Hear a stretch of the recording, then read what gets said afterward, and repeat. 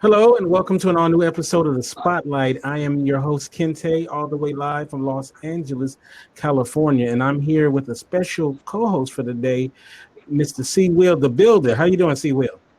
Doing great. It's like, Yeah, so let the audience know a little bit about yourself, man.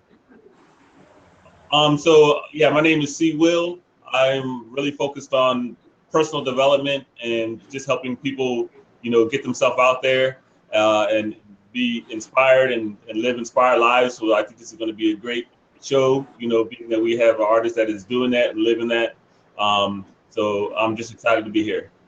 All right, and me and you, we're both hip hop fans. We both hip hop fans going way back, so we can appreciate this artist that we're going to have on the show today. So welcome to the show, Mr. Big V. How you doing, man?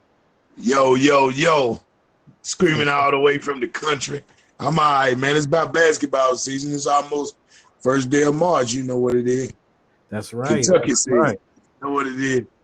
All right, man. We got so much to talk to you about. But, man, tell us exactly where you're from and what it was like growing up there. From Bowling Green, Kentucky, Greater Nashville, Covent City, 60 miles from Music City. No skyline, no radio, urban. If you ever watched the movie Stand By Me, there's more white folks than it is black folks. It's rural America. Mm-hmm. And just a country living, man. Small enough to know you, but big enough to help. Like you see your partners at the parade, you ain't gonna have from nobody here, And just it was really cool. Single mom, 2 older siblings, 1 younger. Born to do music, man. When you come from a $15,000 or less home, this ain't no crybaby me song. Mama taught us love, but anything else, hell, that was on you. So childhood without a pop for most of the way. Stepfather came, one of those guys, and just, man, life in a small town, man. Now I've said this before on the show. I'm gonna say it again. Being from Los Angeles, when I think of small time living, I think of sweet tea and porch swings and close knit communities and stuff. What was the community like growing up? Was it very supportive? Everybody's cool as long as you ain't shit. You know what I mean? Right. As long as you ain't no better than the rest of us. That I had no problem in Bowling Green until Nappy Roots went platinum. Yeah, that's what's up. But it's just a town of love, and people know your name and care about you when your mama died. Go down the road speaking with both hands. It'll scare you. People are so nice. Being from LA, I've been out there where you at. Mm-hmm. But man, just a small town living, pure form, without Napster, without the computer. Damn near Mayberry, home. Now, we all grew up listening to hip hop. What was some of your favorite groups and artists? Young for me, it was Bobby Jones. My mother was a gospel girl. Daddy was a wino. So listen to Johnny Taylor, Joe Frazier, Al Green, listen to Mahalia Jackson, and Michael Jackson and Prince were my big in pop, growing up. One of them had better music, the other one was a better icon. So my early childhood flashes of music was like that. And then as I got in junior high school, my girlfriend brought me an 8-ball CD in 1991. I was a sophomore in high school. She was like, baby, listen to this shit. It's something that sounds just like you. He's talking, Before that, it was Scarface and Mind playing tricks on me, real hard music. But then after I heard 8-ball and heard somebody that eat petty melts and smoke weed, ride candy paint, Lord, I had to be one of them. That's what's up. I mean, growing up with like the Ghetto Boys, Scarface, and all of that. When it came to just people representing the South specifically, because for a long time the South wasn't really represented. for in the early stages of hip hop. But then now the South is huge, and it basically creates the trends in hip hop. So who was that? Who was that first artist that you really connected with, where you felt like, okay, he's talking to me? And what song was there? A song specifically? Was it My Mind Playing Tricks on Me? Were there other songs that really? In 7th grade, it was Big Daddy Kane. You know, I wasn't prejudiced. I like MTV, BET. We just knew they played heat. I hadn't traveled to New York yet. I didn't know they wore Timbos and shorts and long chains. And I didn't know we looked funny to them. I didn't know that we were Bama's until you watch Outkast get booed when they won the award. Mobb Deep did. Like I said, geographically, Kentucky was so far from nowhere, like it had no identity. So we had no, like, man, I ain't gonna play that. And when I was young, you wanted to look like you were from the West Coast. And it was Dickie Pants and Tretch and Spice One and guys who looked really urban and poor and things that we could have. So those were the influence. Anything that was on MTV, BET, but I gravitated to Big Daddy Kane. He was a great lyricist with a lot of energy. And then out of the South, when I heard it, it was Luke, Poison Clay, and you know, I'm that old. I'm a 70s cat. And like it was let me see. It was 2 Live Crew, Back Against the Wall, and My Dick Is in the Dust. Doom doom doom doom doom doom doom doom doom. 2 Live Crew, band in the USA. Yeah. And then we got to hold the Ice Cube, that music with no hooks, but it had that vibe. Mm-hmm. Yeah. I'm all over the place. So what up? I was wondering how did you know you really were going to be pursuing this? Like when you really like took it on, like what was your first kind of like experience with that? It sounded like you were introduced in high school as far as connecting with rappers and saying, hey, I really want to do this. But like, did you do like a talent show or something that really sparked the passion in you to be an artist? I could play football, and I tore up my ankle, and a girl lied on me in high school. Well, my first year of college, and I was one of those kids left on the porch, and I didn't want a child to grow up and suffer the things I had as a child. So before I knew it, 15 years later, before I know the child was mine, yeah, it wasn't. But I dropped out of college, man, started selling dope. My friends had that, and tore up my left ankle. I didn't have no more explosion. So it was into my second talent, like 2 Chainz, you know, play ball or rap. Like his album title now, like I can totally relate. And that was from Kentucky, you know, ain't a Dr. Dre, there's not a big label, there's not a, you know, a Metropolitan, nothing. But since a little kid, Cass was like, man, he got that flow. So I always knew I had dope. I just needed God to shut the window of football so I could really hone in on rap, you know? Right. So I guess like 19, I realized, okay, I can't play ball, and this is professionally and do this. There was guys going to a college, Western, where I'm from, and that was serious about rap and broadcasting and shit like that. And I was like, man, that's the only ticket out of here. Bowling Green, a one-course town at this time, no DJs. And you got cats like Kareem Abdul-Jabbar's son that goes to Western Kentucky and play basketball. And they bumping, like, and there's these cats of Western that later, you know, we didn't know who he was at the time, but this thing called Nappy Roots, a culture. And the name grew before the music did. And they had a sound, a little something. And then my dog that were going there brought me around these guys.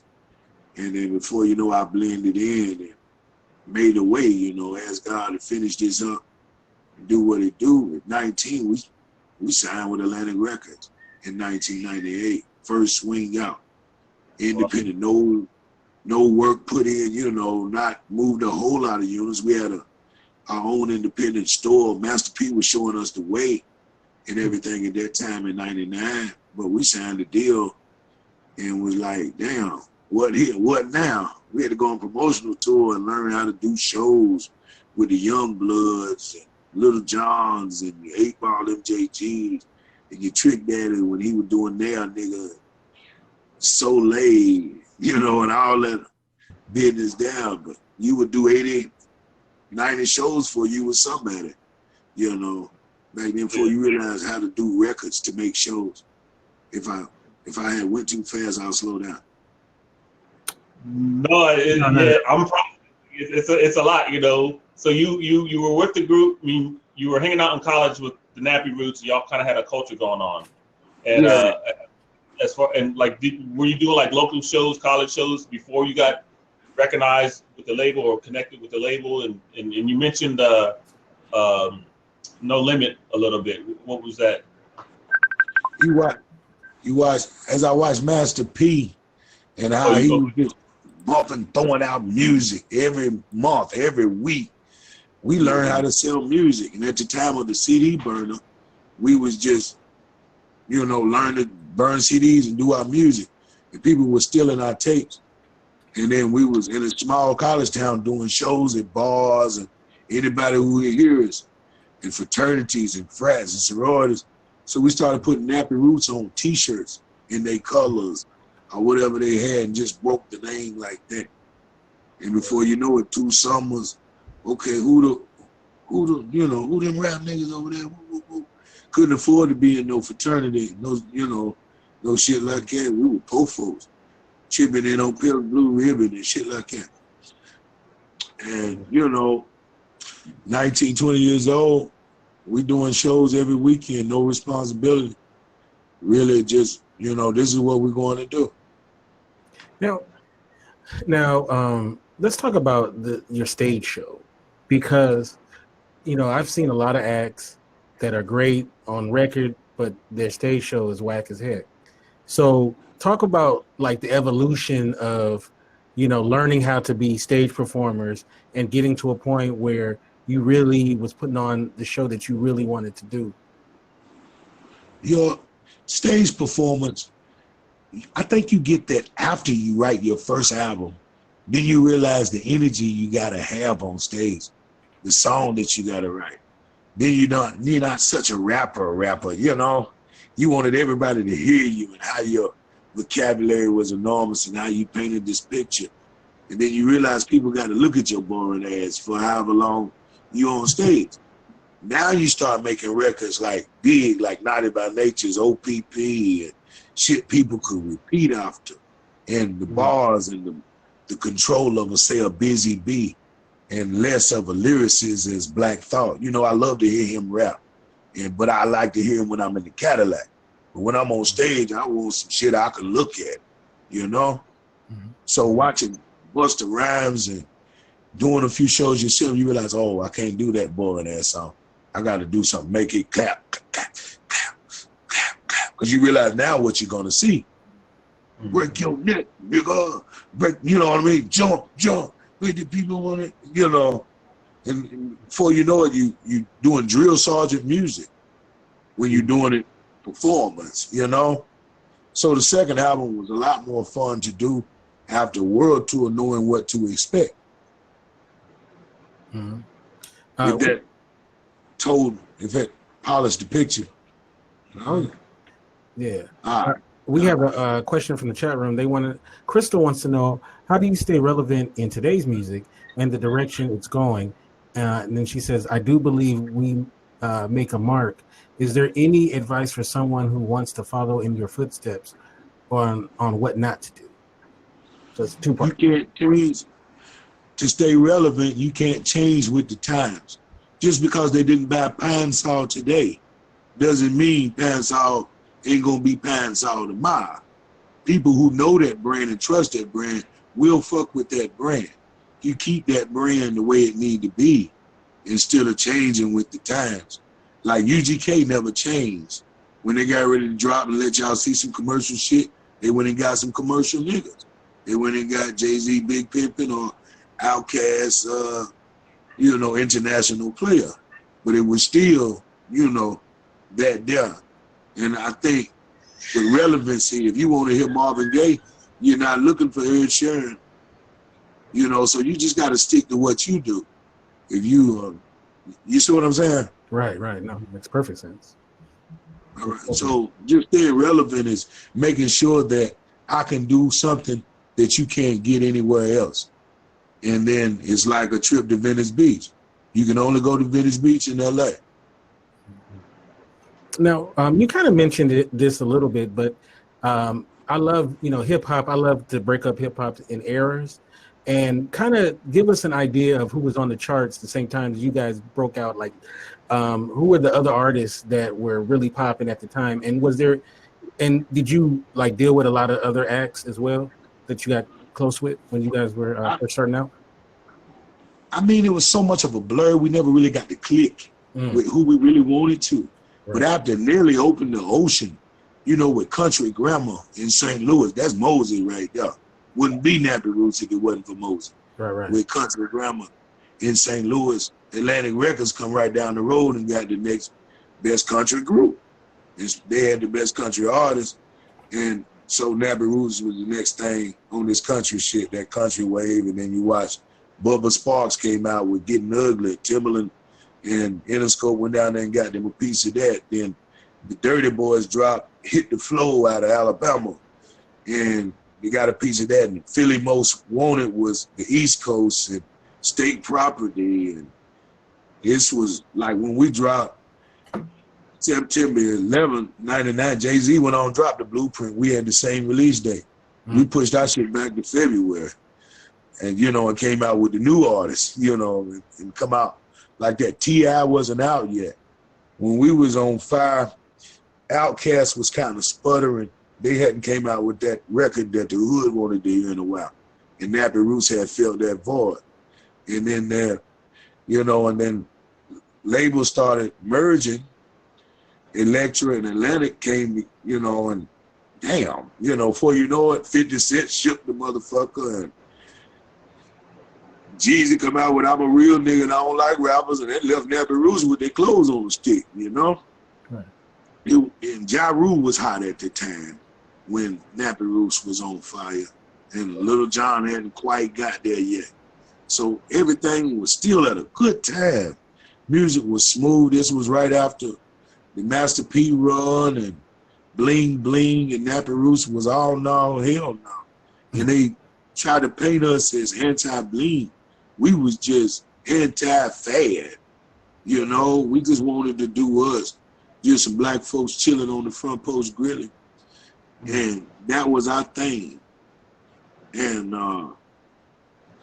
so it was just a good time for music. People were still getting big checks and big advancements, and labels were still making you look at artists that you might not really wanted to fuck with. You got right. Now it's a pirate ship now. Everybody see that flag that they remember, and this old school groups with 4 or 5 hits are now touring together. And people want to see folks with catalog. Do you got 4 singles that we remember? Yeah. You started to say something?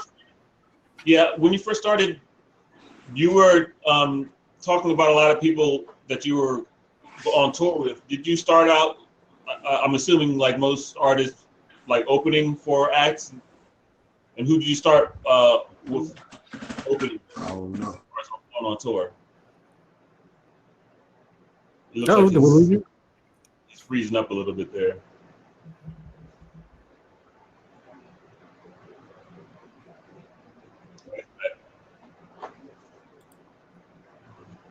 Uh-oh, did we lose you? Okay. So you might need to jump out and come back in, yeah. Yeah, just come back in, Big V. Yeah, while we're doing I was like there. Oh, there we go. We got it back. Hello? Yeah, there we go. All right. Go back. Say your question again, Will. So yeah, I was asking when you were starting out, were you going on tour with people as far as were you opening for people, or did you just have that, like in the headline? They're still messing around. Hello? You guys hear us? Can you hear us? Hello? Hello?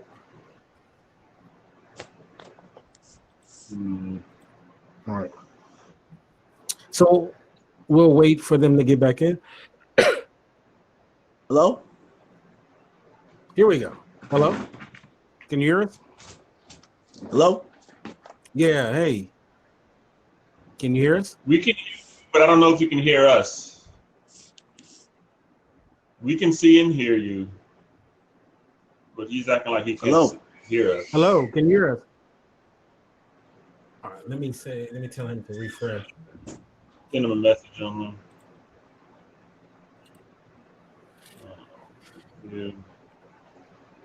All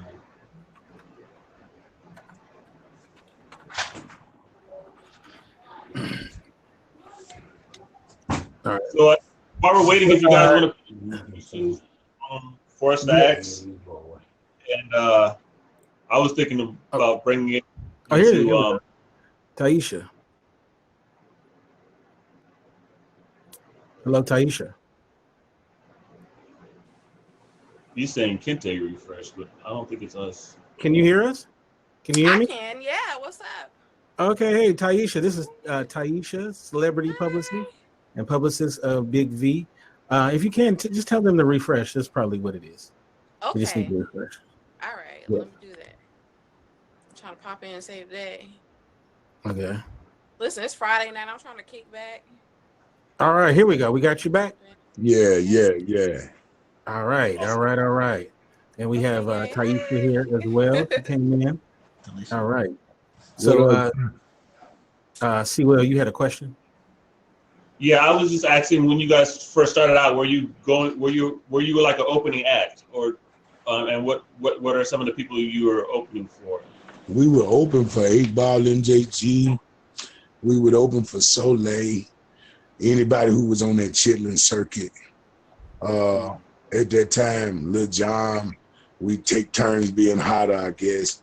But all your Alabamas, your Savannah States, where they playing Pastor Troy and vice versa. Where the band's better than the football. And we were doing shows. And just all of them down the Mississippi River. And then Nappy Roots had another appeal once we did those ghetto shows and the black folks gave us that vibe when we started doing Po Folks and other records and started doing those big publicized TV shows like the Pepsi Smash and other things. We became a college touring group instead of... You know what I loved about your group, or love about Nappy Roots, is that you guys had a lot of social commentary mixed in with the music. And I wanted you to talk about that. Like you weren't just talking about, getting a lot of cash and women and stuff like that. You were actually had a message. Can you talk to that? I think Nappy Roots is goal at the time for 6 individuals with one idea was to state more than the obvious. Like we all got a life to live, and okay, he a killer, he a gangster. If Rick Ross is the boss, and T.I. and Jeezy are the trap, and Common is the knowledge and the light, and Nappy Roots would be just the country music of rap. We grew up on Dolly Parton, Islands in the Stream. That is what we are. No more in between. How can we be wrong? And songs made sense for country people. So everything we wanted to hear had substance. I don't want to hear about you shooting nobody. I would like to hear why. Or why did he snitch? What put him under that kind of pressure? Or, the reason, not the rhyme. And that he had an A&R named Mike Kern that taught us how to make hits. Like Miyagi's Dojo, wax on, wax off. But it was I wrote most of the hooks, and the hook that got assigned was riding on these country roads. I don't know where to go. I gotta ride. I'm gonna ride these country roads. And it was just a country boy's, just a vision of, okay, you know how big Kentucky basketball is. What if they had their own music, their own genre, their own, and they talk that way? And our fans happen to be 98% white and women. So we related to a lot of people that wasn't getting that story told in hip hop. Like, you never heard nobody say, all my life been poor, and it really don't matter no more. And they wonder why I wear the rest of the cats was bling bling. Every time I come around, you said, nah, nigga, we know damn well that income tax got to stretch. You know. You feel me? Right, I know. Yeah. Yeah. So it wasn't just anti-them, it was just so pro-us. Right. And you from nothing and you appreciate everything. Like, to meet Steve Harvey and to actually see him go through the things he go through and be like, damn, his struggle is real as mine, and he's from Cleveland. And they would never have they say if it wasn't for the internet or LeBron or, you know, from a poor man's perspective, let alone black. So, go ahead.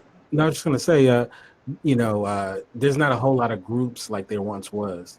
For a lot of reasons, I can see why. What was the group dynamic like? Was it like a real close brotherhood? Was it? I mean, was there any Eddie Kanes in the group? Like, I made it king. But the thing is, man, at that time everybody was humble. right? College, we were cool. I'm a eat, you eat, cool. But then when you realize you ain't got no 401k, and you road out now, and you road poor folks, and you are the demand of this or that, then you want your pay scale a little different. Then when you go around Nelly and Luda, oh, that's what a solo artist look like. Well, shit. I want to be one of those, you know? Yeah, right. Yeah, spread that. The group was family to the point where it began, ball busting began to be a job. Or you carrying around people, you know, you touring 7-8 months together, and you wake up, sleep, shit, watch him cry, watch him hurt, and y'all didn't grow up together. I think it makes you family, but fuck. You know what I mean? Like, right. Especially if the money ain't right. And 6 guys eating on one check, and then somebody has something life-altering happen, then one of them can't tour, or somebody's girlfriend or wife left kids somewhere, and he can't tour, and I'm depending on him to feed my people, and blah, blah, blah. That becomes a responsibility after 25, you know? Ain't no more cute shit. If we can't get paid, if all of us don't show up, I don't know if I want to be in your group. So given your experience, what would you tell your younger self? Like, just starting out, if you were able to go back and say, hey, I got some advice for you from what's coming up, what would you tell them? The younger Vito 10 years ago, right after All In All, poor folks, Anthony Hamilton was riding around with me at the time. He was like, what you gonna do next?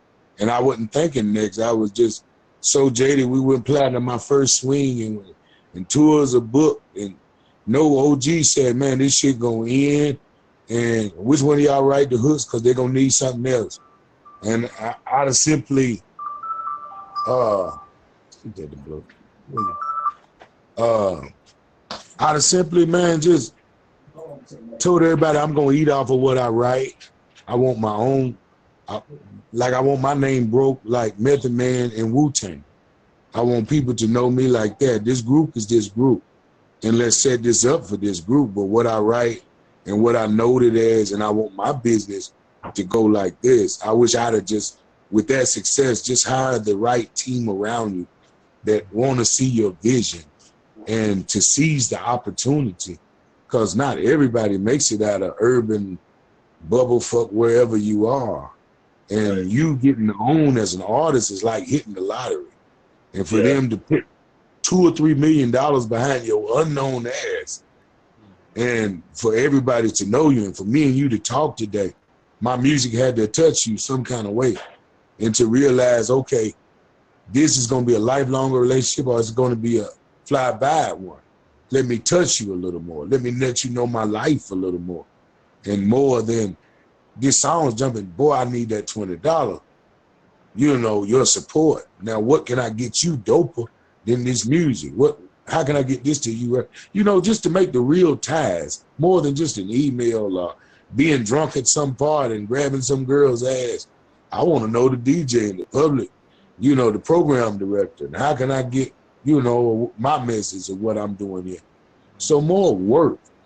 And you ain't out here to bullshit and fuck and all that shit. You know, you out here you got a gift, use it. And so and build that a foundation so you can go further. I do like how Wu-Tang did do that. You know, Method Man kind of set the stage, but eventually all of them kind of followed that model where they branded themselves and were able to carry themselves on, you know, in that own way. So moving forward, like from now, like, so we kind of went backwards with that.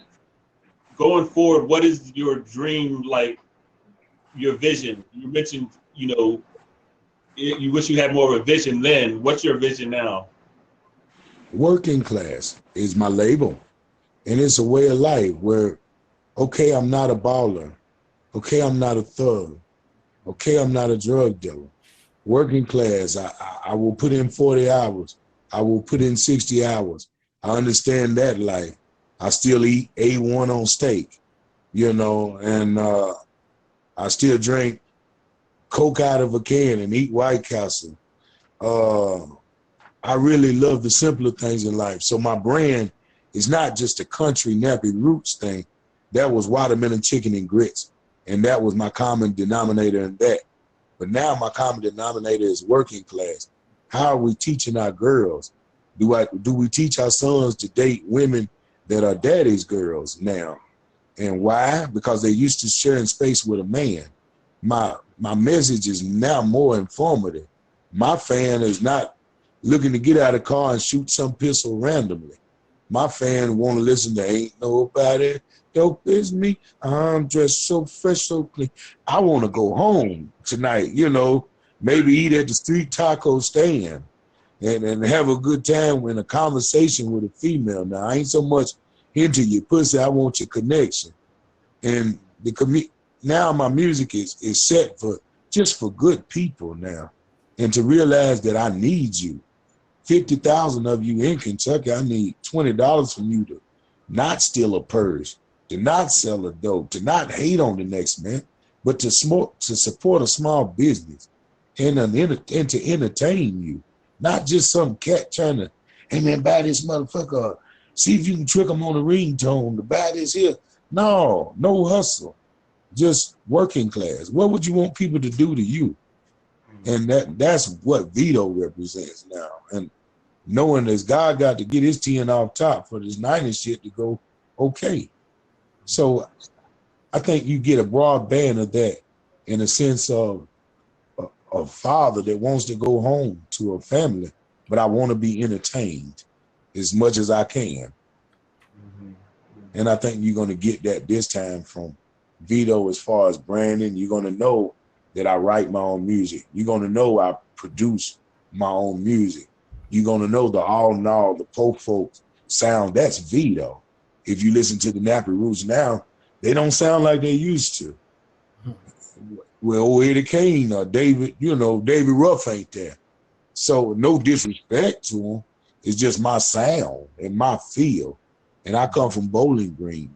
And for Atlantic Records to tell a bunch of Louisville boys that the group is from Bowling Green, that'll let you know who I am off top. So it's reality rap is back, man, more than ever, you know. So now I don't trust nobody for my contract. Now I know that anybody around you can harm you. Just because somebody's smiling at you and telling you yes, ma'am, and no, sir, don't mean they ain't fucking you. Even Jeff and Ray wind up stealing from Ray. in the end. So I learned a lot of lessons. I got to have my I's dotted, T's crossed, 3 lawyers and 1 watching them. I want to take this moment real quick to give a shout out to everybody in the Get Vocal chat room. We have Crystal Tucker, who's a great podcaster. She's in the chat room. One of my co-hosts on Indie Radio of Men and Women Talk the Mars Venus show, the one and only Shannon. We have Love in the chat room. We have Taisha Bradley, who's going to be on in a minute, who is a publicist and a good friend of mine. We have Bobby Stamps, who is a big contributor here on this platform as well as others. We have the Elephant Room, who just did a great show earlier today. Big shout out to them. We have Andre D. Harrison, who's a great podcaster as well. He does programs all the time. We have Ava Laura, who does it all. She's a life coach, podcaster, extraordinaire. And we have Joseph, who is a podcaster as well. We have Light, and we have Herbie as well. And there's people also listening on Facebook as well as Periscope. If you have any questions, please feel free to hop in and ask your question. And so let's go back to our interview. So now you transitioned from being in a group to now on, doing solo work. Obviously, when you're in a group, you have to make decisions as a group. Now it's you are the driving force and whatnot. Are there to have that freedom of now, like you don't have to do, you don't have to go to 5 other guys. What is that like? Oh shit! You ever had your own room? Yeah, in your mama's house. Right. I haven't. I slept with her some bitch that I couldn't stand and didn't want him to wake up. Right.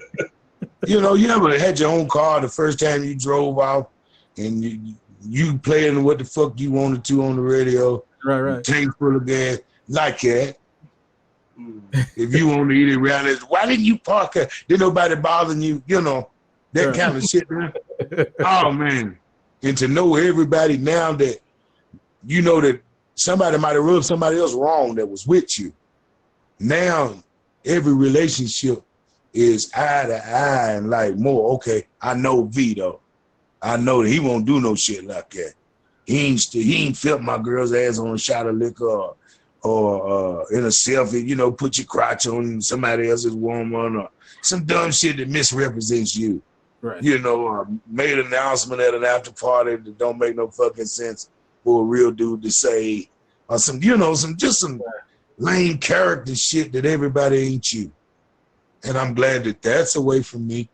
I'm glad that now I can do what I want to do. I can make my quarter and go home. I can base my day on how I want to entertain around my family. I don't have to do unsafe venues, trying to, or no shit like that, or lie to somebody's wife, where they at, or something. All this shit, yeah, I just like being Vito, man. And I wrote out now in Pofo, and then we get to the main screen, and just because you didn't, you want to go away from it. So, and it was always, oh, well, shit, I am in a group, I got to lean, let them do something, Right. Shit, now, no, hell no. I know what bumps, and I don't think you do. And I like it like that. That's what's up. Yeah. So you got something going on that I'm interested. You doing a movie or something, and you do some music in that? What's going on with that? Man, doing the score, and I've done the score before on T-Bone Burnett, Lady Killers, and the movie with Tom Hanks in it. Got to work with Jimmy Jam, Terry Lewis, and big guys like that. The last Nappy Roots album working with Organized Noise producing the album. So Rico Wade and Ray Murray and all Big Rube, the rest, the whole family, Organized Noise, taught me how to produce records. Working with them, you learn how to do that. So now it's like making music or organizing it. Both. Okay. And you know what you want to hear. And to really bring that to life and to now, like 10 years later, and take that training and that your resume read now that you do that. And now don't shoot the messenger. And to have another platform to do a soundtrack and moods and do the score and the moods of the music. Like, damn, on your grown man now. Yeah. And to have watched your boy Raphael Sadiq do the Insecure score and to have worked with him and to get my ball moving and maybe get back in the room with greats like that, because we had a great relationship. And to get back around, you know, and okay, I'm doing scores now too. And be like, all right, you know, all-stars back at it. And to see Rick James when you working on a score. Last time I was out there, that last BT show alive with him and Tina Marie had done. Man, like, it's just an experience to go from really wanting to be the dog in front of the camera to that man to make it happen beside it and behind it. So you were in front of the camera in this one. What was it? What was the movie? He said. So we were chatting with your manager before we got on, and you did a little bit of cameo too. Yeah, Don't Shoot the Messenger. My character on there is Douglas Williams. He's a tow motor driver, working class kind of guy. Can't give you the plot of the movie, but he deals with some relationship issues that most find it popular today. Like if you and your girl switch phones for the afternoon and you happen to see her boyfriend's crotch picture he sent, you know, and had to deal with it that way. So just on my grown man, just Bernie Mac left a Hollywood void, you know. Uh-oh. No. How you doing, brother Craig? You know. I think that's awesome. I do music, and I think, you know, soundtrack and being able to set the mood, like you say, and actually carry your voice, you know, not just with your voice, you know, with your music and with, you know, other mediums. You're in the community of art, and it gives you so much more life, you know, to be able to flow with that. Yes, and to have that going on in a podcast with daps and handshakes, and those was just the lyrics to what I said in Poke Folks. Like when I was like daps and handshakes, it meant nothing for real.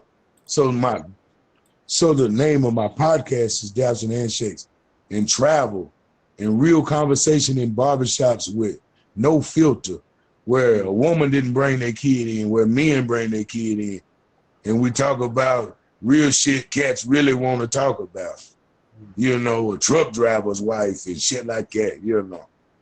How long, you ever seen a truck driver and his wife and how lonely he had to leave her 5 days a week? I've been in trucks. So I've been lucky enough to see some partnerships where you see that the husband and wife are together. But beyond that, like you said, it's not easy. I mean, one of my neighbors when I used to live in Virginia, he was a truck driver.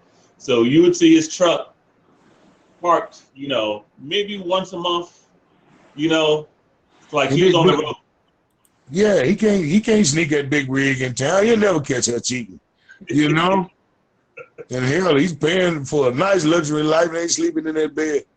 Lord, the life of a truck driver, you know, she's praying he go up a cold mountain to get the rest of the insurance money, you know? And that's where we at with it, man. Old country boys having fun, you know, and talk about the shit that really matter and realize when you're 30, you just want your old friend and your old life and the shit you did as a kid, you're going to really want to taste of when you get back. You realize you don't want to eat pizza no more. Late night and shit, you get indigestion. Now you want beef tears, cabbage and shit like that, like Granny now, you know? Well, I love pizza to death, so I don't know. I'll take my whatever.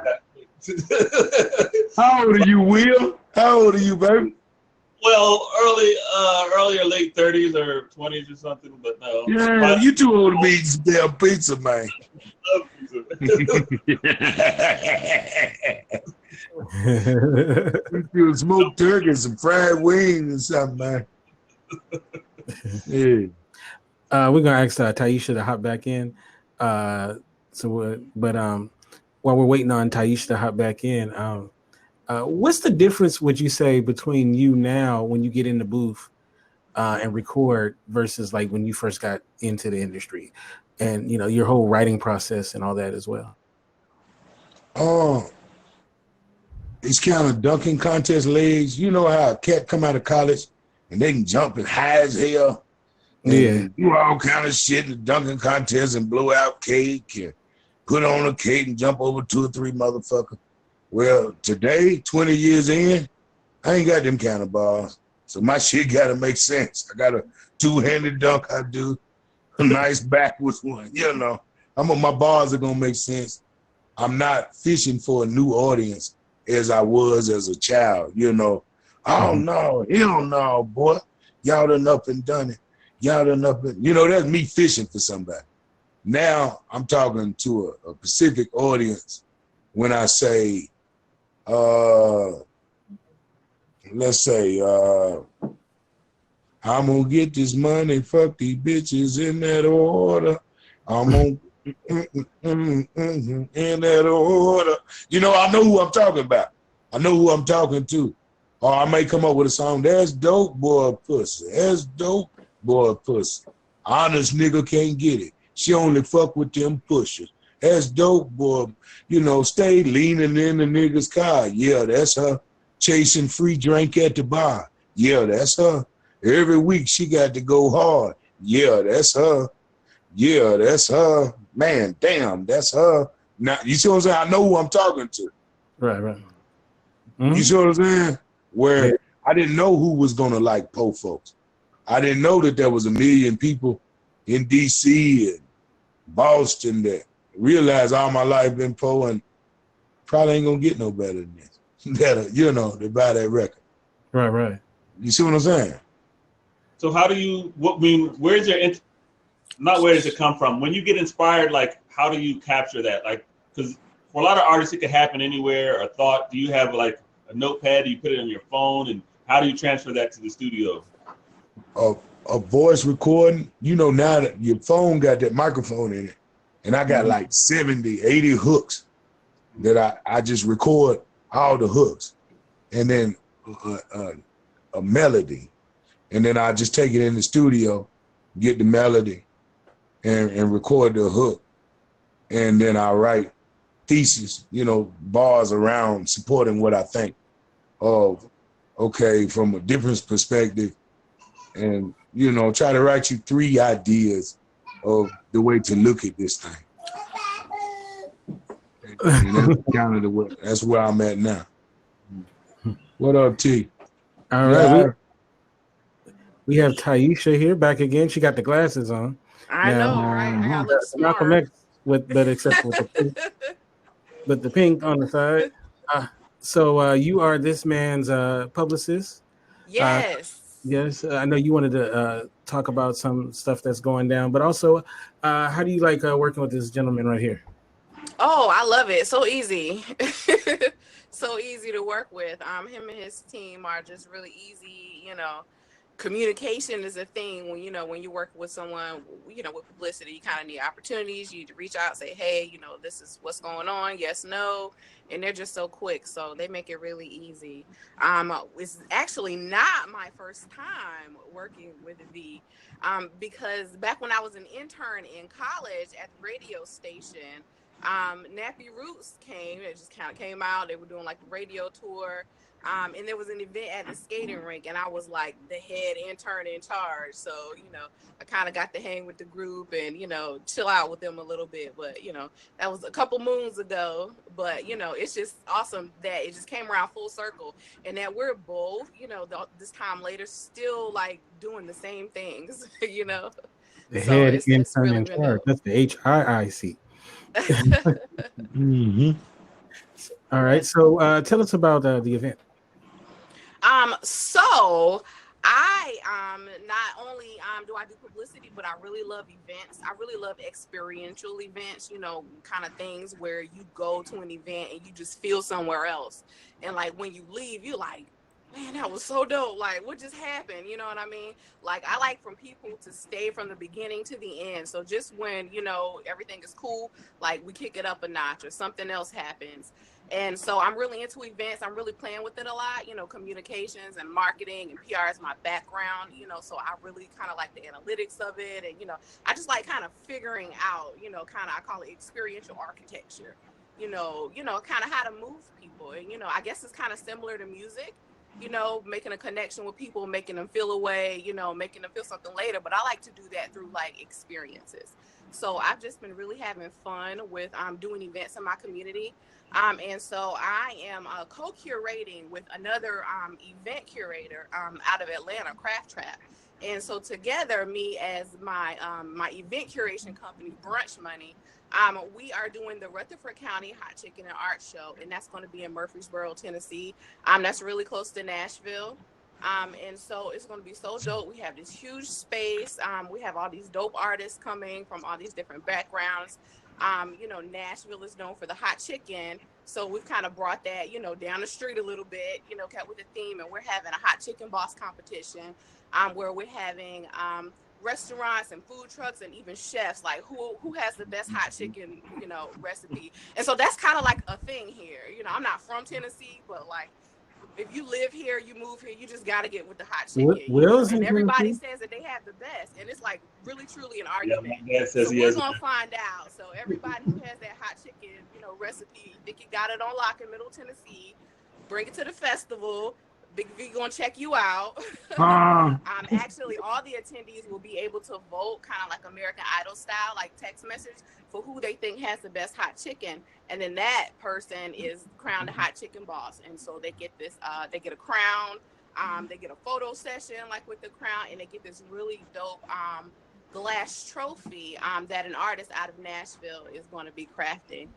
So we'll have all these dope artists. We also have vendors, a marketplace, and this is called the Craft Trap, and it's based out of Atlanta, but it's a traveling artist market that goes to, different states, different regions, and kind of, brings out the local artists, the local vendors.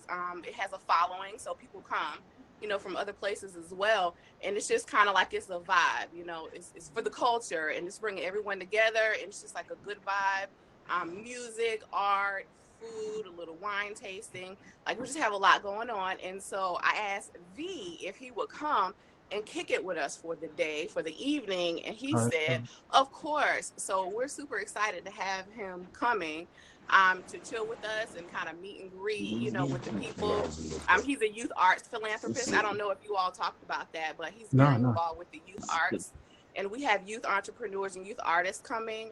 So we're looking for even more kids. And so, we're going to connect them with the kids, have them give them a little pep talk, because they're entrepreneurs, So when the doors open, they're ready to get their money too, because that's important. They're learning how to be entrepreneurs as well, right along with all the adults that are there doing the same thing. So we're just really excited about it. It's going to be something dope for the community.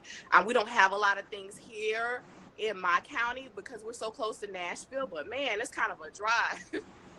And so I just wanted to kind of bring, some sauce to our area, And so we're just really excited about it. We're excited to have V about it. Afterwards, we got to turn up with him a little bit, because he's going to be in my city, Murfreesboro. So we're doing crunk karaoke afterwards. And so it's going to be it's going to be 30 and over. So like, you really got to be like about this crunk life. I got a song with John myself. Sorry, millennials, but like, if you don't feel this in your chest, you're not welcome. Oh, so we're gonna do crunk karaoke. V is gonna be hosting. Like, your manager he told you that, right? You know that, right? Okay. Just nod. Bobblehead. So it's gonna be so dope. Like, it's gonna be so much fun. So, like, everybody has been practicing for this, like, all their life in their car, in the shower. You know what I mean? So, like, you're gonna have the opportunity to get on stage and like do it. I'm pumped about that. I'm trying to decide what I'm gonna do, but like, I'm hard. It would be really unfair for me to be in the hot chicken competition because I'm like too much of a pro, and then I'm too much of a good singer. So I want to let everybody else, shine. So I'll stay on the sideline, this day. We got roots here in Kentucky. Food, music, art. Art. Man, you can't ask for more. And it's in Murfreesboro. Yes, it's in Murfreesboro, Tennessee, and it's free. It is Friday, April 12th from 6 to 10 p.m. Also that same evening, the city downtown has the Borough Art Crawl.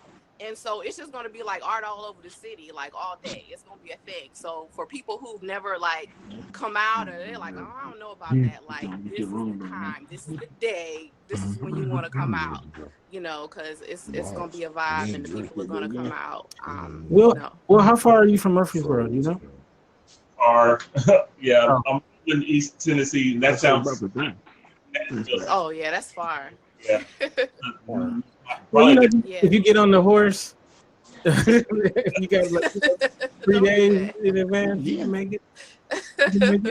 All right. So when it comes to you know, the music that's coming out, and as well as seeing Big V live, I know we can see him April 12th. What are some dates that we should be on the lookout for as far as getting music and seeing him live, as well as some of the different projects that you have coming out? What can we be on the lookout, and how can we keep in touch with what you got going on? Man, dabs in the handshake. Yeah. Definitely the podcast show, definitely gonna do that and keep that pimping. What I got and been working on is my new album, Watermelon Chicken and Grits, Part 2. Eating. Oh, nice. Learning. Just want to rekindle with the old fans. Got 3.5 million fans that I don't want to lose, that I want to still offer bread to. 20 years later, and gonna drop in June. I got a new group called Biracial, where they white cousins don't think they smart enough, and they black cousins don't think they're hard enough, so they trapped in the middle. And got a bunch of subjects on that, you know, when your mama's a white girl. Right now, I could use me a Britney Spears. Anything that black and white kind of cross in the country, and you know, really a way to make light of a situation that there's another nation. Okay, that's what's up. And are you going to be live anywhere? Man, I'm going to be live all over the place. I'm taking shows everywhere. I'm talking about, especially Kentucky first, and the goal is Kentucky Platinum to do, you know, got to get $20, 50,000 people, whether that's 20 tickets, $20 from 50,000 T-shirts. If that's $20 from 50 bags of reefer, legally though, I'm definitely going to be a professional weed man is my goal and craft. And just go out there. Really, I really want to get to a point where I don't tour unless it's legal in your state, and working on that. But really want to just a fine thing of just start putting out garlic hot sauce and shoes affordable like Shaq. All my friends ain't rich people. We eat salmon, croquette, fried potatoes, and onion where I'm from. And we're going to tour, definitely go tour Tennessee. Colorado. Cali. Gonna come out to California. I love Mancino, Redwood Forest out that way, Oakland. Definitely love San Francisco. Definitely love Lake Tahoe. Definitely gonna come to the LAs and all right, and the key clubs and the you know, all that stuff, man. Miss all that, man. The street tacos, the white girls with the tattoo shops, all that. Really see all that, man. All right. So I have a little rundown, if we have time, of where V's gonna be at. Do we have time to do that? No, go ahead, and then see what extra question. Yeah. So March 16th, V will be at OHM Showcase Panel at South by Southwest in Austin, Texas. March 29th, Ferguson Gym in Somerset, Kentucky. April 12th at the Rutherford County Hot Chicken Art Show in Murfreesboro, Tennessee. April 13th at Sky's Bar and Grill in Columbia, Tennessee. And April 25th, he has the premiere of Don't Shoot the Messenger in Orlando, Florida. And you can follow him and his music and where he's going to be at Big V of NappyRoots.com. Big V of NappyRoots.com. All right, manager. All right, Will, go ahead with your question. Yeah, I see we're wrapping up, so I just had like 2 quick questions. One was, I see you talking about music with elementary kids, or writing music with kids. What's your movement with that? My thing is, I like to catch them up to speed. Like, we learn quick over music and memorization, like reading Rainbow. You remember LeVar brought us through when we was there, and that. We still got the rhythm in our head. Take a look in a book, you know, how drunk, reading Rainbow. Well, they count by fives. And you ever seen a kid with timetable, if he multiplying and he rap like Bone, he'll memorize it.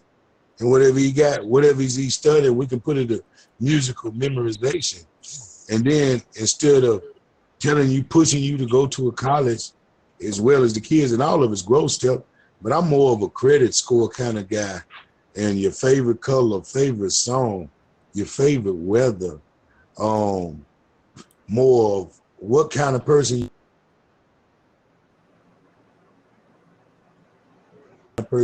you're not going to become.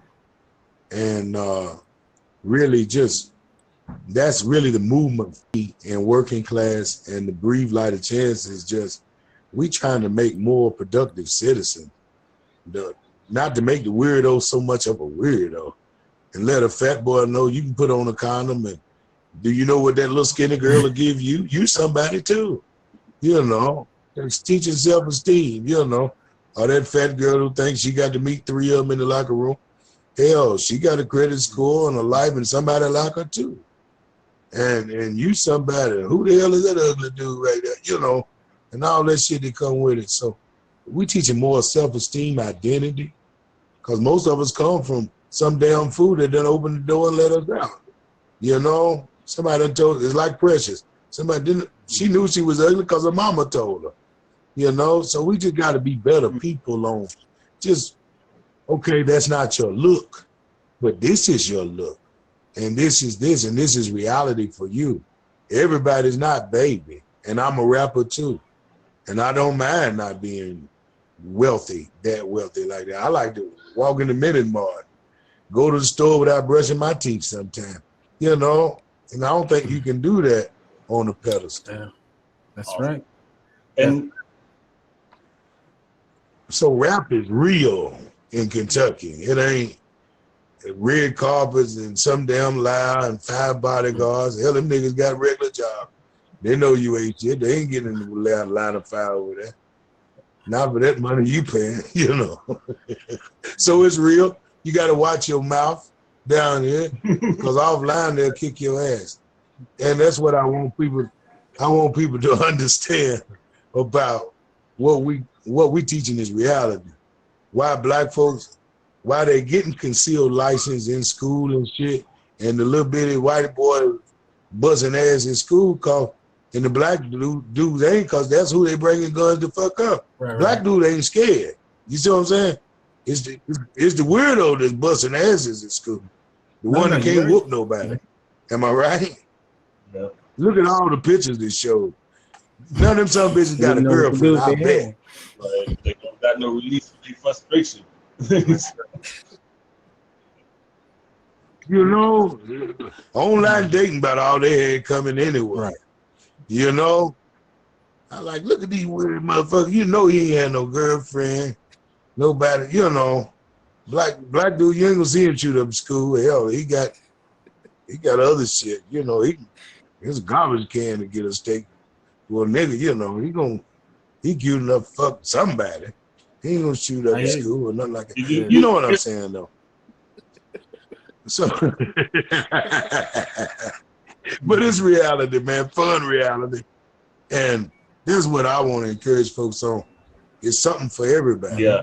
You're giving common folks a voice, to me, you know, and an identity that they can be proud of, you know. So I think that's powerful. Yeah, that's it. Just the common folks. I ain't no stunner. I ain't no damn gangster. I want good reefer like you do. Here is it. And a shortcut home from the police like you do. You know? Like any other married man that, you know, cheat when I can. So, you know. Once again, how can we get you in social media and whatnot? Social media, I'm on Big Vito Banga Twitter. Facebook, I'm like anybody else, meddling, thumbing through pictures, liking them. And you can hit me at Big V of Nappy Roots On Facebook and IG. on Facebook, Instagram. Don't go liking all my pictures if you ain't for real. I'm gonna ask about it. And just really fuck with me, man. If you like reality rap, you just like reality period, or just like to be entertained. The one man show. I'm a bullshitter, stand-up comedian. I rap. I'm a father. I'm concerned, and I'm also an Aquarius and a swinger. I don't want to go to no strip club. I'd rather go to the swingers club where they're doing it. I don't want shit now. Oh man. So a simple life for me. It either is or it isn't. Taisha, how can we get you in social media, as well as what do you got? Anything else you got coming up besides April 20th? Yeah. Oh, who me? Oh, I'm always doing something. But you can find me and contact me on my website, and that is TaishaBradley.com. TaishaBradley.com, and you can join my mailing list and see what I'm up to. You can go to my events page and see what events that I'm having. I have lots of vendor opportunities sometimes too. So everybody can kind of check me out there. And if you need a publicist, I'm slightly available. But holla at me. All right. See, Will, how can people get you? What do you have coming out? And all that good stuff. Sure. So I'm on Instagram, CWillInspire. Not.com. At CWillInspire.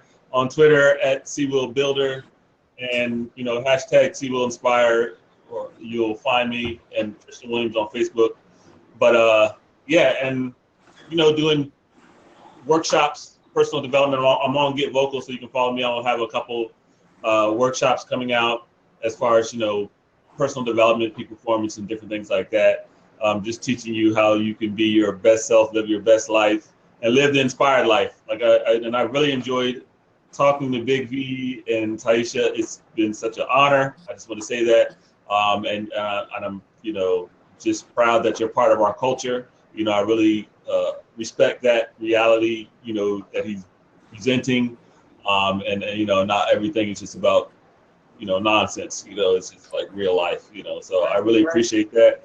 But yeah, follow me, check me out, and I'll definitely connect with you, and just keep it moving. All right. You can get me at F on Twitter, as well as Kente Ferguson. That's KINTEFERGERSON on Instagram. Our website is indyradio.org. That's INDY radio.org. This Sunday, the Elephant Room at noon Pacific, 3 Eastern. They'll have a new episode. And on Monday night at 6 p.m. Pacific, 9 Eastern, you can see C. Will once again on Indie Radio. We're going to be doing Men and Women Talk, the Mars Venus show. And we're going to be talking about, we're going to have men and women reacting to different topics. So they don't even know what the topic's going to be. So this is going to be a surprise to them. So I'm going to try to hit them with some curveballs. So that's going to be on Monday. So Taisha, we got to get you back on there to be part of the panel too. And that's Monday. You guys have a great weekend, and God bless. You too, bro. Right.